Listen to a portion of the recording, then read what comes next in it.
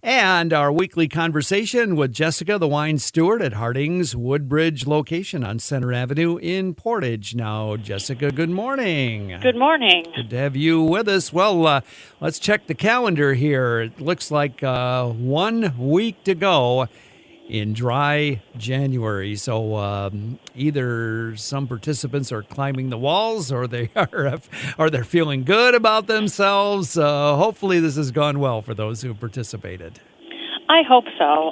And kudos to those of you who were able to make it this far. You're almost there. Almost there. Nose to the grindstone, you've got it. Proud of you. And they've had an opportunity during the month to visit your location and your wine area and pick up some very interesting beverages to substitute for those they may usually imbibe in. Absolutely. We still have the hop waters that we talked about, the traditional hop water, the name brand. We also have Lagunitas. We have some Shorts, non-alcoholic. We have Brewdog, non-alcoholic beer. We have Athletic Brewing Company, non-alcoholic beer. The wine is going really well, the sparkling, the Zilch. That's lovely. The rosé is my favorite. And we also have the Clean Co. non-alcoholic spirits.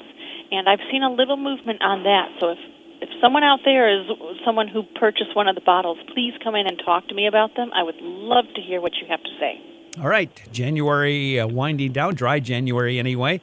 And it's been a long time before we probably never have talked about Lions football at this time of the month of January, ever. Because even when they were a force way back in the 50s, these games took place well before this point on the calendar. But the Lions, of course, in San Francisco in the NFC Championship game this Sunday, so there'll be a lot of TV viewing. And for those who follow Harding's Woodbridge on Instagram, and you really should if you don't already, there's a picture of a really, really cool display of Lion stuff. You got a lot of stuff there for the big game this weekend, don't you? We've got so much swag. It is. We have pennants. We have bunting. So you know those red, white, and blue semicircle. Yeah. Yes. Yeah. They're Detroit Lions printed. They're amazing. Oh, cool.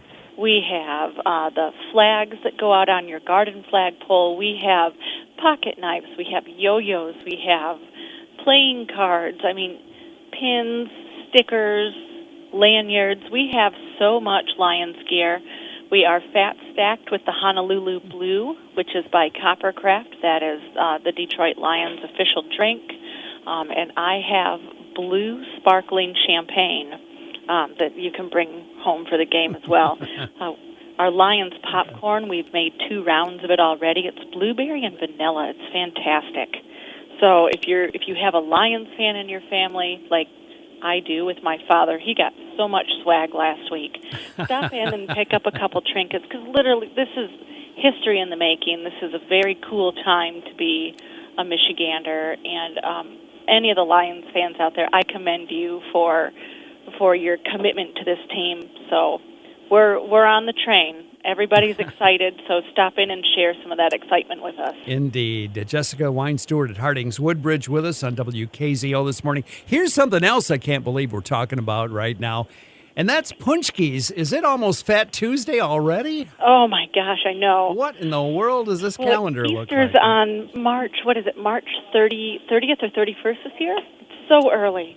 So we have Paczki's already. Straw, Bavarian cream, Holland, raspberry, lemon. I can't remember all of them offhand, but our bakery is hard at work. They look beautiful. I'm going to have my first Paczki today. Ooh. So stop in. Those are actually right by the Lions swag. Oh, so ironically enough. I know. Come in and get some Lions stuff, some popcorn, some beer, and some Paczki's, and get yourself set up for the game this weekend. All right. Maybe some of them will turn out to be blue before the... Oh, that's a great idea. No charge for that idea. Jessica with us from Harding's Woodbridge, and next week when we chat, we're going to launch something a little bit different for the month of February, aren't we? We are. I've never done this before, and I thought it would be really interesting. COVID released a whole new wave of at-home chefs. Like, we all learned how to chef it up at home during COVID, and I am going to look for some obscure recipes from around the world. Italy, France, Germany, and Spain, I do believe, are the 4 that I have on deck. So I'm going to pull 4 obscure, delicious recipes and pair them with wines from the same region. So we're going to do a wine of the week and a dinner of the week, and I'm going to feature that at the front of the aisle, and we will have the dry goods ingredients marketed with the wine and a recipe printed off ready for you to take home.